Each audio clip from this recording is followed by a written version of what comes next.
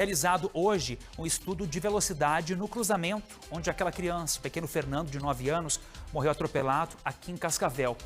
Murilo, em que espaço foi esse trabalho? Foi exatamente no cruzamento que fica aí na região do São Cristóvão? Traz essas informações para nós. Bem-vindo, chovendo muito nesse momento, né, Murilo? Boa noite. Oi, Wagner. Boa noite para você, boa noite para todo mundo que acompanha o RIC Notícias. Ótima semana. Pois é, essa chuva pegou todo mundo aqui de surpresa, já que as equipes da Transtar tinham acabado de começar ali há poucos minutos a fazer esse estudo em relação a esse cruzamento, né? Em relação ao fluxo de veículos que passa por aqui, na Avenida Piquiri, cruzamento com a Rua Paraná. E esse estudo vem, né, depois de toda aquela situação, cerca de 10 dias depois do acidente que vitimou aí o menininho Fernando, de apenas 9 anos, que falamos bastante, inclusive, sobre esse assunto aqui no RIC Notícias na semana passada. Mas vamos entender como que vai funcionar essa dinâmica com o Fauci, que é a gente.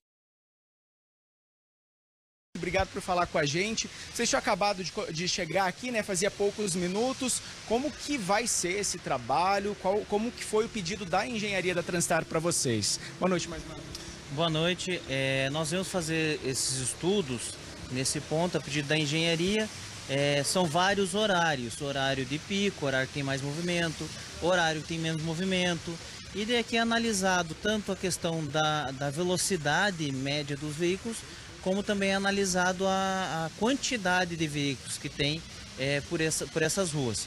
Então a gente faz esses estudos, faz esses levantamentos, entrega toda essa documentação para a engenharia e a engenharia vai verificar quais as atitudes tomar, quais as modificações, se necessárias, a fazer no local. Sempre que existe essas mudanças mais importantes, sejam para instalação de algum sinaleiro ou uma lombada eletrônica, um radar, algo nesse sentido, esses estudos acontecem? Sim, sempre são feitos os estudos justamente para saber qual que é a necessidade do local.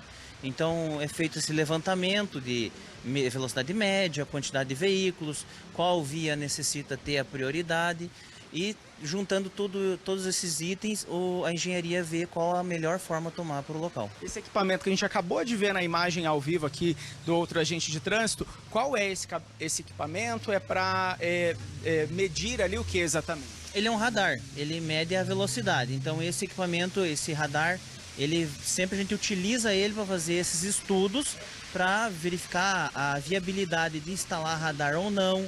E junto com esses estudos a gente vê a quantidade de veículos que transita na via. O que vale lembrar também é que você está aqui dando uma entrevista para a gente uniformizado, mas a ideia de vocês é estarem descaracterizados mesmo para não intimidar de alguma forma os motoristas e vocês terem uma seriedade maior nesse estudo. Seria mais ou menos isso? Sim, durante o estudo a gente fica descaracterizado, sem o uniforme, justamente para o condutor não achar que é uma fiscalização. Porque se o condutor pensar que é uma fiscalização, ele vai mudar o comportamento natural dele, ele vai reduzir a velocidade e não é o nosso intuito, não é o nosso objetivo. O nosso objetivo é ver como essa via se comporta sem a intervenção externa. Hoje vocês estão aqui.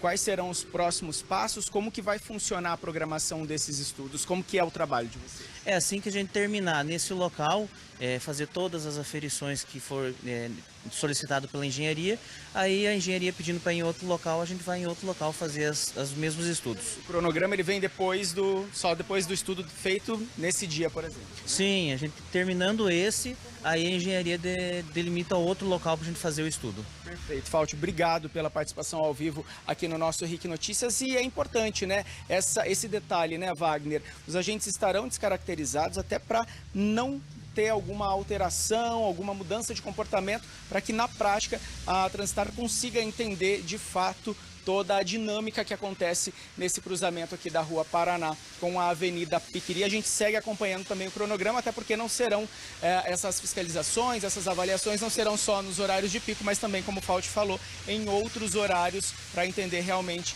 a realidade aqui desse ponto do bairro São Cristóvão.